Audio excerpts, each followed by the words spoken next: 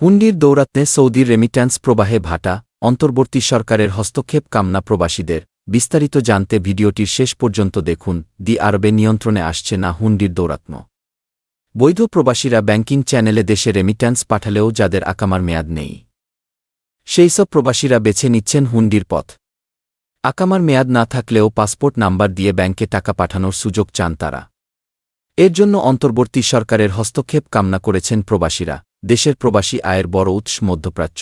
বহু বছর ধরেই দেশের রেমিট্যান্স আয়ের শীর্ষে রয়েছে সৌদি আরবের নাম।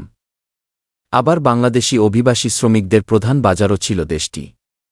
তবে সম্প্রতি সৌদি থেকে রেমিট্যান্স প্রবাহে পড়েছে ভাটা। বর্তমানে ব্যাংকিং চ্যানেলের মাধ্যমে বৈধপথে রেমিট্যান্স পাঠানোর পরিবর্তে অনেকেই বেছে নিচ্ছেন হুন্ডির পথ। কেননা এদের বেশিরভাগেরই নেই আকামার মেয়াদ। তাই ইচ্ছা থাকলেও বৈধ পথে অর্থ পাঠাতে পারছেন না তারা।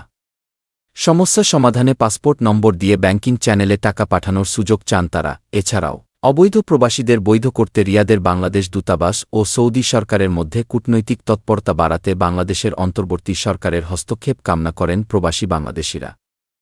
বর্তমানে সৌদি আরব থেকে আল রাজি, ইনজাজ, এসএনবি, টেলিমানি, কুইকপে সহ বিভিন্ন ব্যাংকের মাধ্যমে দেশে অর্থ পাঠান প্রবাসীরা। অন্যদিকে মার্কিন পররাষ্ট্র দপ্তরের এক প্রতিবেদন অনুসারে সৌদি আরবের রেমিট্যান্স বিশ্ব অর্থনীতিতে একটি গুরুত্বপূর্ণ ভূমিকা পালন করে। উপসাগরের অন্যতম এই অর্থনীতির শ্রমশক্তির প্রায় ৭-৫% বিদেশি কর্মী নির্ভর।